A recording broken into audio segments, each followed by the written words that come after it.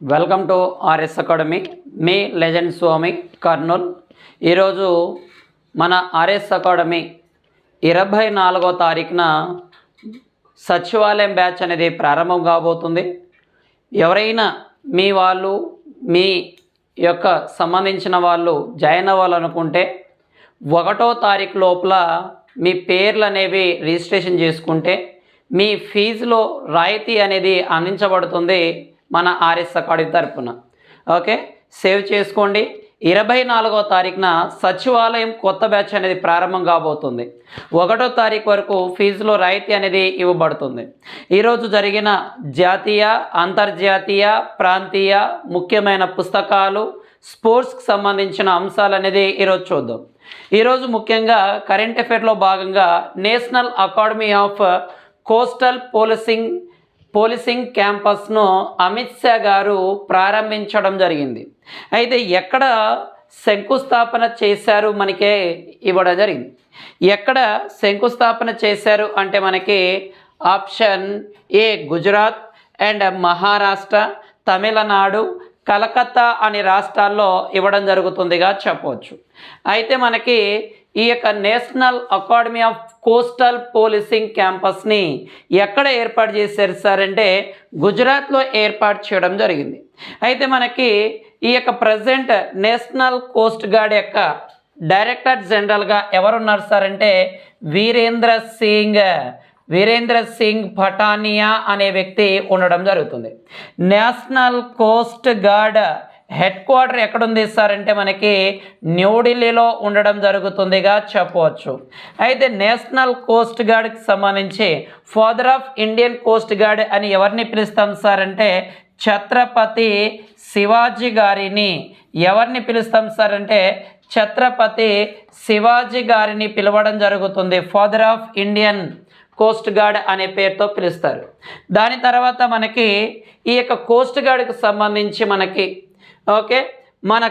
ప్రాంతీయ ఆఫీస్లో ఈ రీజనల్ ఆఫీస్ అనేవి మెయిన్ హెడ్ ఆఫీస్ న్యూఢిల్లీలో ఉంది.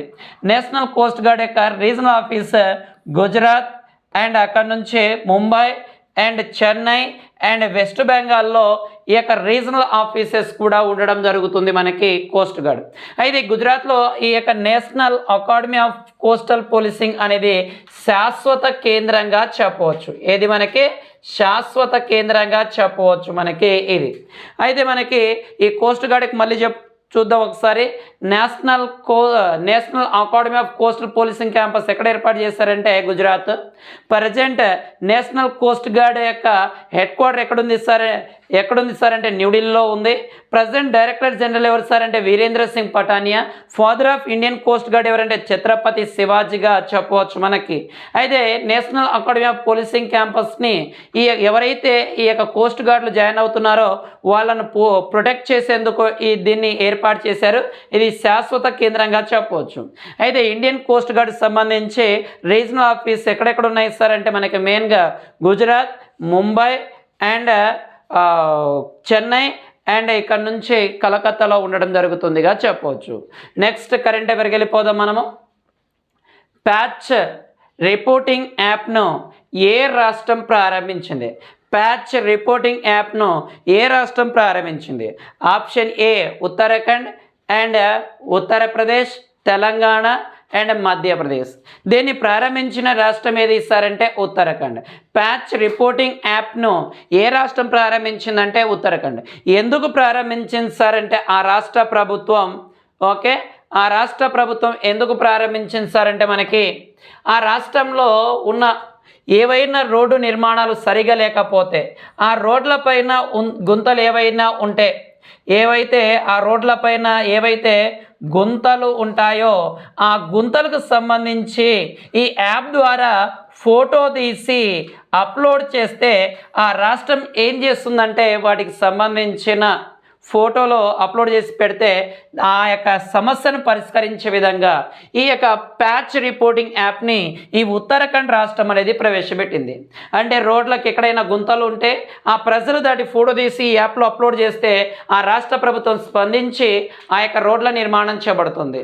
దానితో పాటు మనకి చూసుకుంటే ఈ యొక్క రోడ్డు భారతదేశంలో రోడ్డు నిర్మాణాలు అత్యధికంగా ఏ రాష్ట్రంలో ఉన్నాయి సార్ అంటే మనకి మహారాష్ట్రలో ఉండడం జరుగుతుంది. Okay, national highways, state highways and district roads and village roads ఇలాంటి రోడ్లు నిర్మాణాలన్నీ కూడా మనకి మహారాష్ట్రలో అధికంగా ఉండడం జరుగుతుందిగా చెప్పవచ్చు మనకి. ఓకే, దాని తర్వాత నెక్స్ట్ కరెంట్ అఫైర్కి వెళ్ళిపోదాం మనము.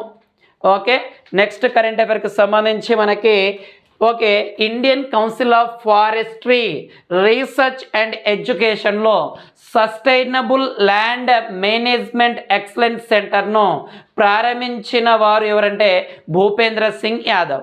దీన్ని ఎక్కడ ప్రారంభించారు? మళ్ళీ క్వశ్చన్ చదువుతున్నా చూడండి నాన్న.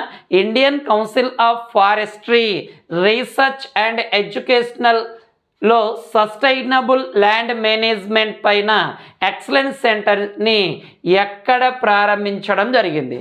దీన్ని ప్రారంభించిన వారు మనకి ఎవరు సార్ అంటే భూపేంద్ర సింగ్ యాదవ్. ఎక్కడ ప్రారంభించారు అనే ఆప్షన్ ఇచ్చాడు. డెహ్రాడూన్, లక్నో, సిమ్లా అండ్ హైదరాబాద్గా చెప్పవచ్చు. ఎక్కడ ప్రారంభించారు సార్ అంటే మనకి డెహ్రాడూన్లో ప్రారంభించడం జరిగింది. Okay, national forest research institute ఎక్కడ ఉంది సార్ అంటే మనకి డెహ్రాడూన్లో ఉందిగా చెప్పవచ్చు. నేషనల్ ఫారెస్ట్ యాక్ట్ ఎప్పుడు చేశారు సార్ అంటే 1952లో చేశారు. ఈ 1952 నేషనల్ ఫారెస్ట్ యాక్ట్ ప్రకారం భారతదేశంలో 33% అడవులు ఉండాలి. చాలా జాగ్రత్త, ఇక్కడ మనకు 33% అడవులు ఉండాలి. అయితే మనకి రీసెంట్గా వచ్చిన 2021 ఫారెస్ట్ రిపోర్ట్ ప్రకారం 2021-22 ఫారెస్ట్ రిపోర్ట్ ప్రకారం భారతదేశంలో అత్యధిక అడవులున్న రాష్ట్రం ఏది సార్ అంటే మధ్యప్రదేశ్గా కూడా చెప్పవచ్చు. అయితే ఈ యొక్క నేషనల్ ఫారెస్ట్ సంబంధించి ప్రపంచవ్యాప్తంగా ఫారెస్ట్ యూనివర్సిటీని ఏర్పాటు చేసిన దేశాలు ఒకటి రష్యా, రెండవది చైనా అండ్ మూడవది భారతదేశంలోని తెలంగాణ అనే రాష్ట్రం ఏర్పాటు చేసింది. అంటే ప్రపంచవ్యాప్తంగా ఫారెస్ట్ యూనివర్సిటీని ఏర్పాటు చేసిన దేశాల్లో రష్యా, చైనా తర్వాత భారతదేశంలోని తెలంగాణ రాష్ట్రంగా చెప్పవచ్చు. ఇటీవల తెలంగాణ రాష్ట్రం ఏం చేసిందంటే ఫారెస్ట్ టోల్ ట్యాక్స్ని కూడా ఏర్పాటు చేయడం జరిగింది. ఓకే, ఫాస్ట్ ట్యాక్స్ అంటాం కదా చూడండి. మనం ఎలాగైతే రోడ్లు వినియోగించుకోవడం కారణంగా టోల్ ట్యాక్స్ని ఏర్పాటు చేస్తున్నామో అలాగా తెలంగాణ రాష్ట్రం ఫాస్ట్ ట్యాగ్ లేదా టోల్ ట్యాక్స్ని కూడా ఏర్పాటు చేసింది. ఇలాగా మనకు మొదటగా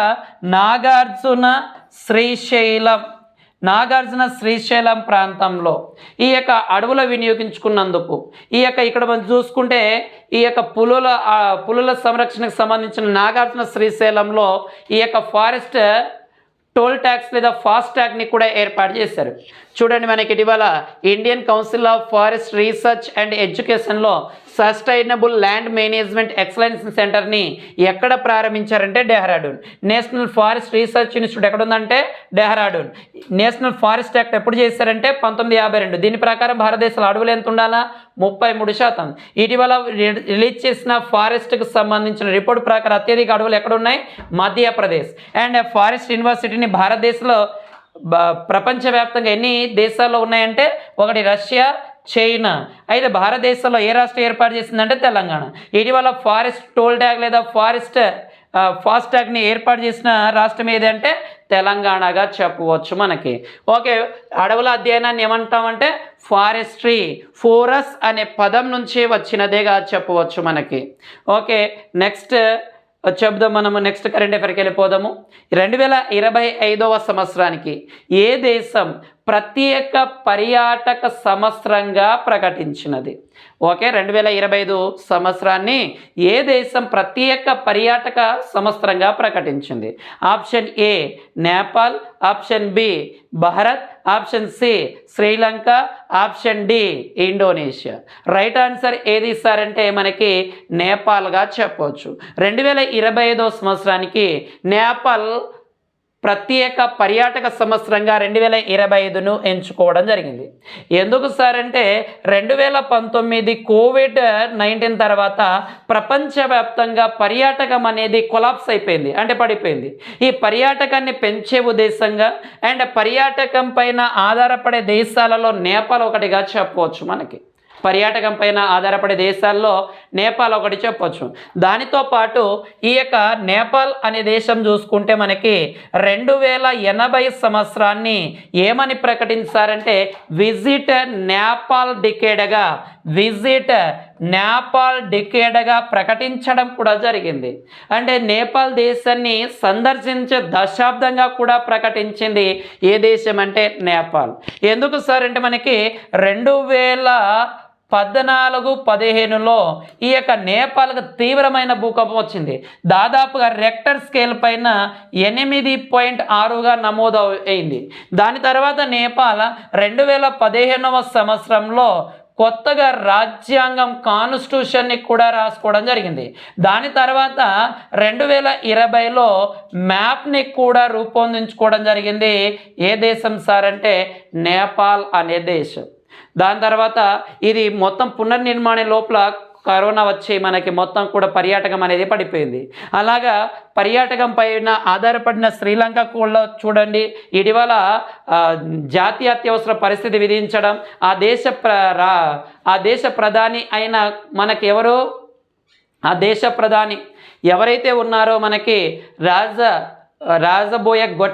రాజపక్స అనే వ్యక్తి రాజీనామా చేయడం, కొత్తగా మనకి ఆ ప్రధాని రనిల్ విక్రమసింఘే అనే వ్యక్తి కూడా ఆ శ్రీలంక దేశానికి రావడం, ఇదల్లా కూడా పర్యాటకం పైన ఆధారపడే దేశాలు కొలాప్స్ అయిన అందువల్లనే నేషనల్ ఎమర్జెన్సీ వచ్చింది. కాబట్టి 2025 సంవత్సరాన్ని ప్రత్యేక పర్యాటక సంవత్సరంగా ప్రకటించిన దేశం ఏది సార్ అంటే నేపాల్గా చెప్పవచ్చు. అయితే మనకి 2019 తర్వాత కోవిడ్-19 తర్వాత పర్యాటకం పడిపోయింది. దాన్ని మళ్ళీ పెంచే ఉద్దేశంగా 2025ని నేపాల్ ఏమని ప్రకటించింది? పర్యాటక సంవత్సరంగా ప్రకటించింది.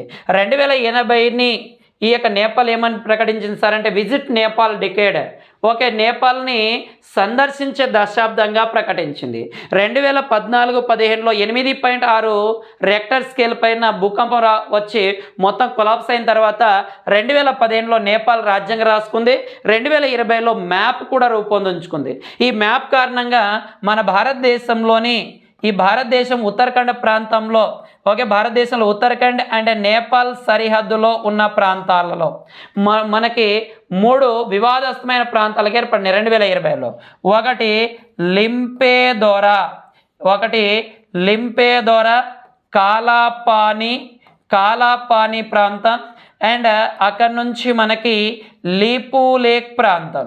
ఈ లీపు లేక్ ప్రాంతం 3 కూడా 2020 నేపాల్ రిలీజ్ చేసిన మ్యాప్ కారణంగా మనకి వివాదాస్పదమైన ప్రాంతాలు. లింపేదోరా, కాలాపాని, లీపు లేక్, ఈ 3 కూడా ఉత్తరాఖండ్ అండ్ నేపాల్ సరిహద్దులో ఉండే ప్రాంతాలు. ఇక్కడ నుంచి క్వశ్చన్ పడడానికి 100% ఆస్కారం ఉన్న ప్రాంతం. ఎందుకంటే మనకు జాగ్రఫీలో భారతదేశం అంతర్జాతీయ సరిహద్దులో భాగంగా అడగడానికి ఛాన్సెస్ ఉన్న ప్రాంతం. కరెంట్ అఫైర్లో భాగంగా కొంచెం ఇక్కడ యాడ్ చేసుకొని రాసుకుంటే మనకు 100% పడుతుంది. నెక్స్ట్ కరెంట్ అఫైర్కి వెళ్ళిపోదాం మనము.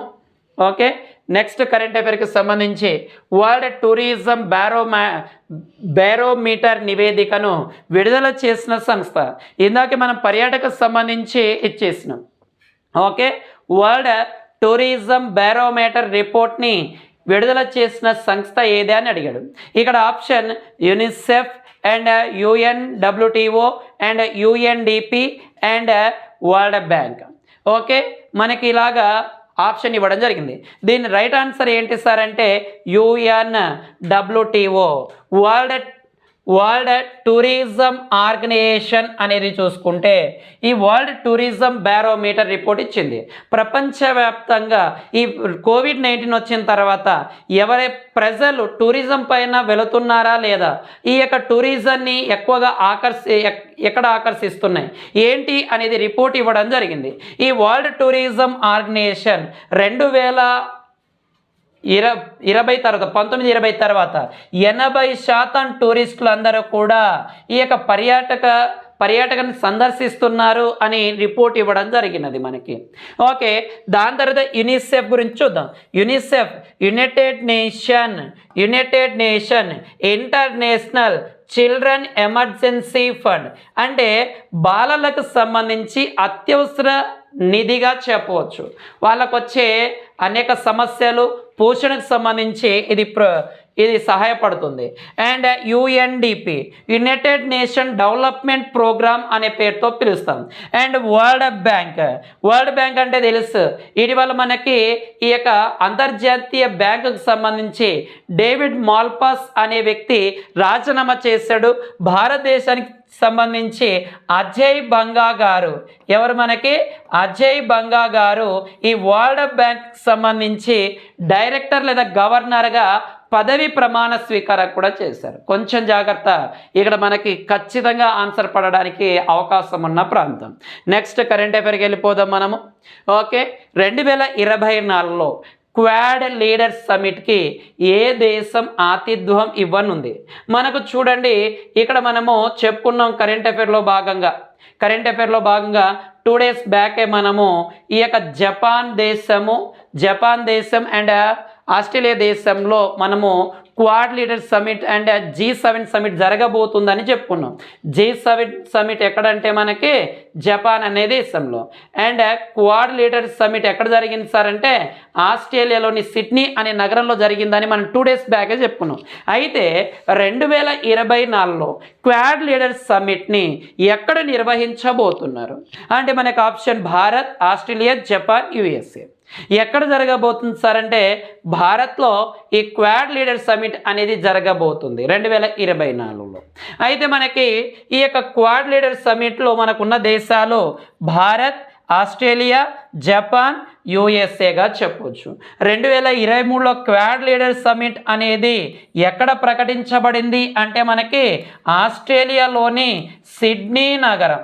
దీనికి మన భారతదేశ ప్రధాని G7 సమిట్లో హాజరైన తర్వాత జపాన్లో ఎక్కడికి సిడ్నీ సమావేశానికి, దాని తర్వాత అక్కడి నుంచి WHOకు సంబంధించి వరల్డ్ హెల్త్ ఆర్గనైజేషన్ సంబంధించి ఎక్కడ హాజరయ్యాడు? జెనీవాలో కూడా హాజరవ్వడం జరిగింది మన భారతదేశ ప్రధాని. ఓకే, దాని తర్వాత G7 సమిట్లో భాగంగా జపాన్లో మన భారతదేశ ప్రధాని గాంధీజీ యొక్క విగ్రహాన్ని కూడా ఇక్కడ ఆవిష్కరించడం జరిగింది. కాబట్టి 2024లో క్వాడ్ లీడర్ సమిట్ ఎక్కడ జరగబోతుంది? భారతదేశం. G7 సమిట్కి అండ్ క్వాడ్ లీడర్ సమిట్కి భారతదేశం తరపున హాజరైన వ్యక్తి ఎవరు? మన భారతదేశం చెందిన నరేంద్ర మోడీగా చెప్పవచ్చు. ఈ క్వాడ్ లీడర్ సమిట్లో ఉన్న దేశాలు ఏంటి అంటే భారత్, ఆస్ట్రేలియా, జపాన్, USA. ఈ పర్యావరణం పైన వాటిపైన సందర్శించడానికి దీన్ని ఏర్పాటు చేసుకున్నారుగా చెప్పవచ్చు. నెక్స్ట్ కరెంట్ అఫైర్కి వెళ్ళిపోదాం. హైలీ ప్యాంథోజెనిక్స్ ఏవియన్ ఇన్ఫ్లుయెంజా ఏ దేశంలో నిర్ధారించబడింది? HPAI. Highly pathogenic avian influenza అనే ఒక వ్యాధి ఎక్కడ నిర్ధారించబడింది? ఆప్షన్ ఏ భారతదేశం, option B Brazil, option C China and South Africa. మొత్తం 4 దేశాలలో మనకి ఈ యొక్క వ్యాధి అనేది రావడం జరిగింది. ఈ వ్యాధి చూసుకుంటే ఈ యొక్క బ్రెజిల్ అనే దేశంలో మనకు కనుగొనబడింది. ఈ యొక్క వ్యాధి అనేది చూసుకుంటే మనకి బర్డ్ ఫ్లూ, ఏదైతే బర్డ్ ఫ్లూ ఉందో దానికి సంబంధించింది. ఈ యొక్క మనకి దీన్ని మనము H5N1 అనే పేరుతో పిలవడం జరుగుతుంది, బర్డ్ ఫ్లూ. అయితే ఈ యొక్క బర్డ్ ఫ్లూ బ్రెజిల్లోని అటవీ పక్షులు ఏవైతే అడవి పక్షులు ఉన్నాయో ఆ అడవుల పక్షులకు సంబంధించి 2 కేసులు అనేవి నమోదవ్వడం జరిగింది. మనకి ఎక్కడ నమోదవడం జరిగిందంటే ఈ బ్రెజిల్లోని అటవీ పక్షులకు సంబంధించి కేసులు నమోదయ్యాయి. చూడండి, ప్రపంచవ్యాప్తంగా బర్డ్ ఫ్లూ చాలా ఎక్కువగా మనకి అటాక్ అయిన ప్రాంతం. బర్డ్ ఫ్లూ, స్వైన్ ఫ్లూ ఇలాగ మనకి చాలా రకాల కేసులు ఉన్నాయి. అయితే ఇటీవల ఎక్కడ నమోదైందంటే బ్రెజిల్. చూడండి, మనకి enrolment and science and technology విభాగంలో రావడం జరుగుతుంది. ఇటీవల WHO మనకి ప్రకటించిన అనే మంకీ ఫీవర్ కానీ ఇలాంటి వాటిపైన మనం చాలా రకాలుగా చెప్పుకున్నాం. ఖచ్చితంగా మనకి ఇక్కడ నుంచి ఆన్సర్ పడడానికి స్కోప్ ఉండే ప్రాంతం. నెక్స్ట్ మనకి ఓకే ఆల్ మొహమ్మద్ ఆల్ హిందీ 2023 నావిక విన్యాసాన్ని కిక్ స్టార్ట్ చేయడానికి ఐఎన్ఎస్ తస్కర్, ఐఎన్ఎస్ సుభద్ర అనే దానిలను పోర్ట్ ఆల్ జుబైల్ వద్ద ఏ రెండు దేశాల మధ్య ద్వైపాక్షిక విన్యాసం అనేది జరిగింది. చాలా చాలా ఇంపార్టెంట్. మనం నావిక విన్యాసంలో భాగంగా చెప్పుకుంటున్నాం. అయితే ఏ రెండు దేశాల మధ్య ఈ నావిక విన్యాసం అనేది జరిగింది? ఓకే, భారతదేశం సౌదీ అరేబియా, భారతదేశం శ్రీలంక, భారతదేశం మరియు మాల్దీవులు అండ్ భారతదేశం మరియు మయన్మార్ అని చెప్పడం జరిగింది. అయితే ఏ రెండు దేశాల మధ్య జరిగింది సార్ అంటే భారతదేశం సౌదీ అరేబియాల దేశాల మధ్య ఈ యొక్క ఆల్ మొహమ్మద్ ఆల్ హిందీ 2023 అనే నావిక విన్యాసం జరిగినది. అయితే మనకి దీంట్లో పాల్గొన్న భారతదేశం చెందిన ఈ నౌకలు చూసుకుంటే ఐఎన్ఎస్ తస్కర్, ఐఎన్ఎస్ సుభద్ర సంబంధించిన డేటా చూద్దాం. ఇక్కడ నుంచి చూసుకుంటే ఐఎన్ఎస్ సుభద్ర నుంచి ధనుష్ అనే క్షిపణి ఏదైతే మనకు మిసైల్స్ ఏవైతే ఉన్నాయో దాని నుంచి ధనుష్ అనే క్షిపణిని ప్రయోగించడం జరిగింది. ఐఎన్ఎస్ తస్కర్ని చూసుకుంటే ఇటీవల 2015 యెమెన్ అనే దేశంలో జరిగిన రాహత్ అనే ఆపరేషన్లో, ఇటీవల 2023లో జరిగిన ఆపరేషన్ కావేరి, దీనిల ద్వారా అక్కడుండే భారత పౌరులను సురక్షితంగా భారతదేశానికి చేర్చడం జరిగింది ఈ ఐఎన్ఎస్ తస్కర్. ఐఎన్ఎస్ తస్కర్లో చూసుకుంటే 2015లో యెమెన్లో ఆపరేషన్ రాహత్ అండ్ 2020లో ఆపరేషన్ కావేరి సుడాన్ అనే దేశంలో నిర్వహించడం జరిగినది మనకి. ఇంకా సౌదీ అరేబియాకు సంబంధించి ఇటీవల ఆధునిక కాలంలో మహిళలకు ఓటు హక్కు కల్పించిన దేశం ఏది సార్ అంటే సౌదీ అరేబియా. ఇటీవల మహిళలకి డ్రైవింగ్ లైసెన్స్ కలిపిన దేశం ఏదంటే సౌదీ అరేబియా. ఇటీవల ఒక రోబోకి పౌరసత్వం సిటిజన్షిప్ని కల్పించిన దేశం ఏదంటే సౌదీ అరేబియా. ఆ రోబో పేరు ఏది ఇస్తారంటే సోఫియా అనే పేరుతో పిలవచ్చు. ఓకే, ఇటీవల సినిమా హాళ్లను ప్రారంభించిన దేశం ఏదంటే సౌదీ అరేబియా. చూడండి, మహిళలకు ఓటు హక్కు కల్పించిన దేశం అండ్ మహిళలకు డ్రైవింగ్ లైసెన్స్ కల్పించిన దేశం. ఇటీవల ఒక రోబోకి ఏం చేసిందంటే మనకి పౌరసత్వం కూడా కల్పించింది. ఆ రోబో పేరు ఏంటంటే సోఫియా. ఇటీవల మనకి సినిమా హాల్ కూడా ప్రారంభించిన దేశం ఏంటంటే సౌదీ అరేబియాగా చెప్పవచ్చు. ప్రపంచంలో మహిళలకు ఓటు హక్కు కల్పించిన దేశం 1893లో ఏది ఇస్తారంటే న్యూజిలాండ్గా చెప్పవచ్చు. చాలా జాగ్రత్త ఇక్కడ నుంచి. ఓకే, ఇటీవల మనకి ఆల్ మొహమ్మద్ ఆల్ హిందీ 2023 నావిక విన్యాసం ఎక్కడ జరిగింది సార్ అంటే మనకి సౌదీ అరేబియా అండ్ భారతదేశాల మధ్య ఆల్ జుబైల్ అనే పోర్ట్ వద్ద జరిగింది. ఓకే, సౌదీ అరేబియాకు సంబంధించి మనం మహిళలకు ఓటు హక్కు కల్పించిన దేశ ఆధునిక కాలంలో అండ్ మహిళలకు డ్రైవింగ్ లైసెన్స్, ఇటీవల రోబోకు ఒక సిటిజన్షిప్ మన భారత రాజ్యాంగంలో 2వ భాగంలో 5వ ఆర్టికల్ నుంచి 11వ ఆర్టికల్ వరకు ఏది ఉంది మనకి పౌరసత్వం. అలాంటి పౌరసత్వం కల్పించింది ఒక రోబోకి సోఫియా అనే దానికి. అండ్ సినిమా హాల్లో రీఓపెనింగ్ చేసింది. ఓకే, దాని తర్వాత ప్రపంచంలో మొట్టమొదటిసారిగా మహిళల ఓటు హక్కు 1893లో కల్పించారు ఐఎన్ఎస్ తస్కర్కి సంబంధించి. ఓకే, 2015లో ఆపరేషన్ రాహత్ యెమెన్ అనే దేశంలో అండ్ 2023లో ఇటీవల ఆపరేషన్ కావేరి. అక్కడుండే భారతీయ పౌరులను కాపాడడం కోసం ఈ ఆపరేషన్ చేయడం జరిగినది. ఓకే, ఐఎన్ఎస్ సుభద్ర ధనుష్ అనే క్షిపణిని ఏ దానిపై నుంచి ప్రయోగించారంటే ఐఎన్ఎస్ సుభద్ర. కొంచెం ఇక్కడ యాడ్ చేసుకోండి. సైన్స్ అండ్ టెక్నాలజీలో భాగంగా అడగడానికి ఛాన్సెస్, డిఫెన్స్లో భాగంగా అడగడానికి ఛాన్సెస్ ఉన్న ప్రాంతం. ఓకే, గ్రూప్ 2లో ఇలాంటి వాటిపైన ఎక్కువగా ఫోకస్ చేస్తాడు. మనకి ఇటీవల జరిగిన ఎగ్జామ్ పాయింట్ ఆఫ్లో చూడండి, మనకి చాలా ఫోకస్ చేస్తున్న ప్రాంతం. ఓకే, నెక్స్ట్ కరెంట్ అఫైర్కి వెళ్ళిపోదాం మనము. ఓకే, శైలీ సింగ్ ఏ దేశం యొక్క గోల్డెన్ గ్రాండ్ ప్రీ 2023 కాంస్య పతాకాన్ని గెలుపొందింది లేదా కైవసం చేసుకుంది? శైలీ సింగ్ ఏ దేశం గోల్డెన్ గ్రాండ్ ప్రీ 2023 కాంస్య పతాకాన్ని కైవసం చేసుకుంది? Option A Japan, option B Germany, option C Australia, option D Bharat. అంటే మనకి ఇక్కడ లాంగ్ జంప్లో భాగంగా ఈ శైలీ సింగ్ గారు గెలుపొందడం జరిగింది కాంస్య పతాకం. ఓకే, ఏ దేశంలో జరిగింది సార్ అంటే ఇది జపాన్ దేశంలో జరగడం జరిగింది. అంటే గోల్డెన్ గ్రాండ్ ప్రీ 2023 కైవసం చేసుకుంది. అయితే స్వర్ణ పతాకాన్ని జర్మనీ క్రీడాకారిణి అయిన మేరీస్ లూజోలో అని ఆమె గెలుపొందడం జరిగింది. అండ్ రజత పథకాన్ని ఆస్ట్రేలియా అథ్లెటిక్ అయిన బూచ్ కుహెల్ గారు గెలుపొందడం జరిగింది. కొంచెం ఇక్కడ స్పోర్ట్స్లో భాగంగా అడగడానికి ఛాన్సెస్ ఉంది, దీన్ని సేవ్ చేసుకోండి. ఓకే, నెక్స్ట్ కరెంట్ అఫైర్కి వెళ్ళిపోదాం. ఓకే, మేరీ లైఫ్ మేరా స్వచ్ఛ సహార్ అనే ప్రచార కార్యక్రమాన్ని కేంద్ర మంత్రిత్వ శాఖ ప్రారంభించింది. ఏ మంత్రిత్వ శాఖ ప్రారంభించింది?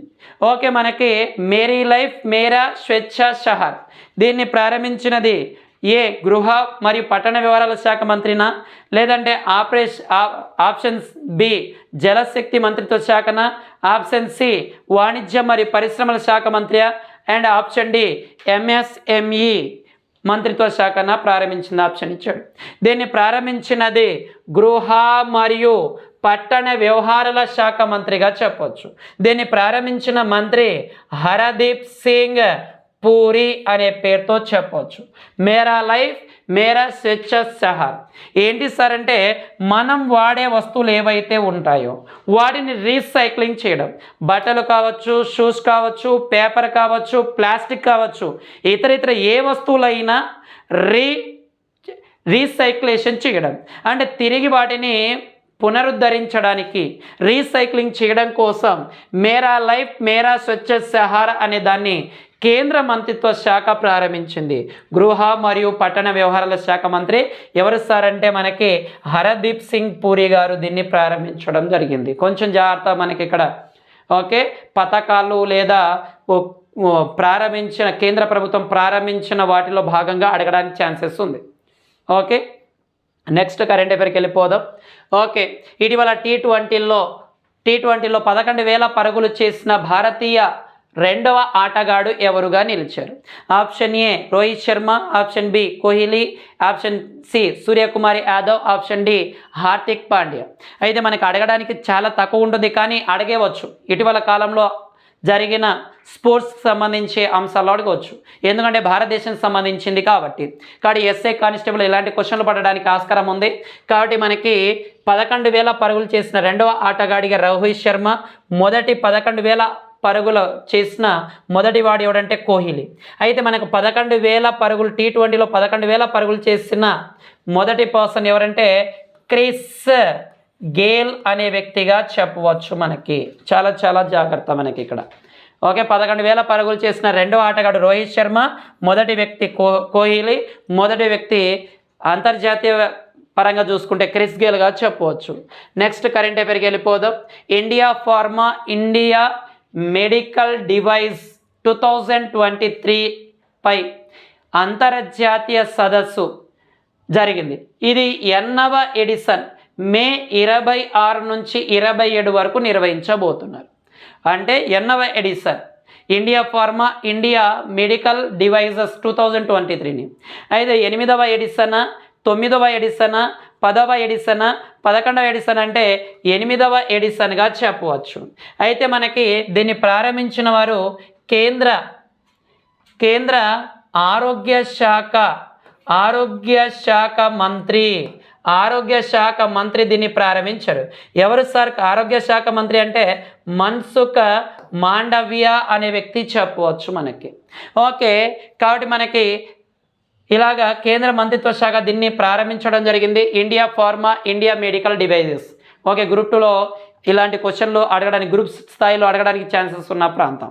ఎందుకంటే మనకి సైన్స్ అండ్ టెక్నాలజీ ఎన్రోల్మెంట్ అనేది ప్రత్యేకంగా మెన్షన్ చేశాడు కాబట్టి ఇక్కడ నుంచి క్వశ్చన్ పడడానికి ఆస్కారం ఉంది. ఓకే, నెక్స్ట్ కరెంట్ అఫైర్కి వెళ్ళిపోదాం.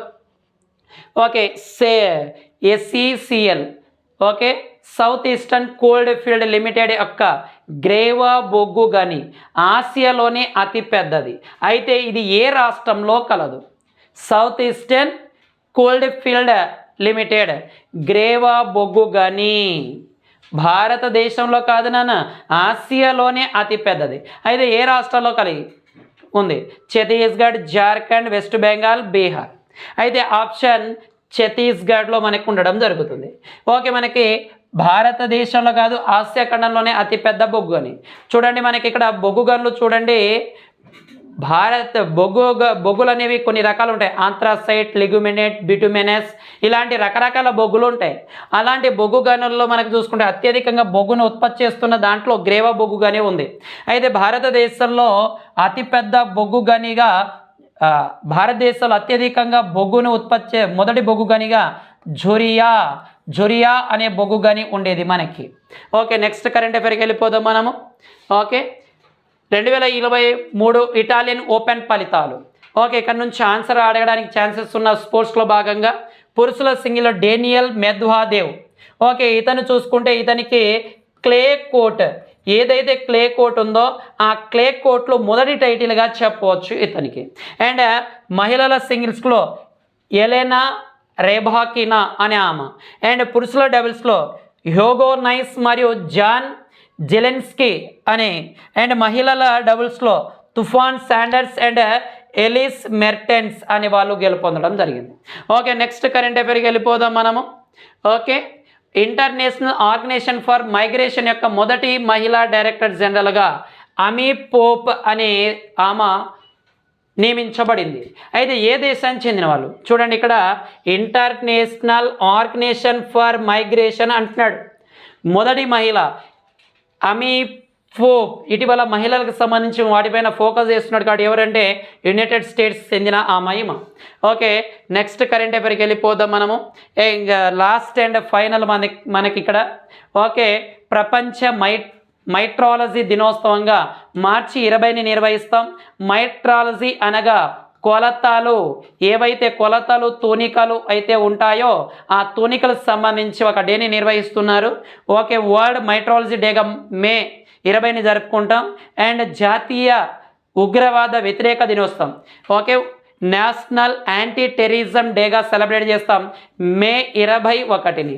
ఓకే, ఇది ఎందుకు సార్ అంటే 1991లో భారతదేశ మాజీ ప్రధానమంత్రి అయిన ఎవరు సార్ అంటే రాజీవ్ గాంధీ యొక్క హత్య జరిగిన రోజు మే 21. ఎక్కడ జరిగింది సార్ అంటే తమిళనాడు రాష్ట్రంలో జరిగింది. ఇతన్ని చంపిన ఒక terrorism group LTTE, liberation of Tamil tiger Eelam. ఈ రాజీవ్ గాంధీని ఈ యొక్క మానవ బాంబు పెట్టి 1991లో తమిళనాడులోని శ్రీ పెరంబదూర్ దగ్గర ఇతన్ని మానవ బాంబు పెట్టి చంపేశారు. కాబట్టి ఇక్కడ దీన్ని యాడ్ చేసుకుంటే ఖచ్చితంగా అడగడానికి ఉండే ఇంపార్టెంట్ అయిన ఇది అంశంగా చెప్పవచ్చు. అండ్ అంతర్జాతీయ జీవ వైవిధ్య దినోత్సవం మే 22. మనం ఆల్రెడీ దీనికి చర్చించుకున్నాం. ఓకే, కాబట్టి మనం మే 22ను జరుపుతాం. కాబట్టి మనకి నేషనల్ బయోడైవర్సిటీ రీసెర్చ్ సెంటర్ లేదా హెడ్ ఆఫీస్ ఎక్కడుంది ఇస్తారంటే చెన్నై అనే ప్రాంతంలో ఉంది. ప్రపంచవ్యాప్తంగా 25 జీవ వైవిధ్య హాట్స్పాట్స్ ఉంటే వరల్డ్ వైడ్ 25 బయో హాట్స్పాట్స్ ఉంటే దాంట్లో 4 ఇండియాలోనే ఉన్నాయని చెప్పవచ్చు. అండ్ మనకి మేవాడ్ రాజుగా ప్రసిద్ధి గావించిన వ్యక్తి లేదా మహారాణా ప్రతాప్ సింగ్ జయంతిని మార్చి 22 రోజున జరుపుతాం మనము. ఓకే, మనకి మేవాడ్ రాజు.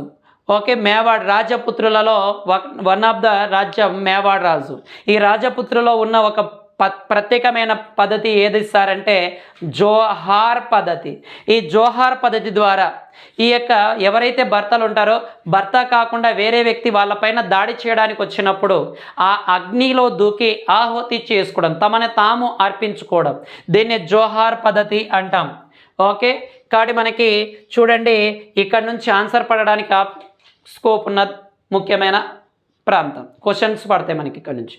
ఓకే, మనకి RS అకాడమీలో మే 24వ తారీఖున సచివాలయం బ్యాచ్ అనేది ప్రారంభం కాబోతుంది. కాబట్టి మీరు జాయిన్ అవ్వండి. దానితో పాటు జూన్ 1వ తారీఖు వరకు ఎవరైతే జాయిన్ అవుతారో వాళ్ళకి ఫీజులో రాయితీ అంటే ఆఫర్ కూడా వాళ్ళకి ఇవ్వడం జరుగుతుంది. కాబట్టి ముందుగా మీ పేర్లను నమోదు చేసుకుని జాయిన్ అవ్వండి. ఓకే, సేవ్ చేసుకోండి. 24వ తారీఖు ప్రారంభం కాబోతుంది. జూన్ 1వ తారీఖు వరకు మనకు ఫీజులో రాయితీ అనేది ఇవ్వబడుతుంది. ఓకే, మీ లెజెండ్ స్వామి ఆర్ఎస్ అకాడమీ కర్నూలు. జై హింద్.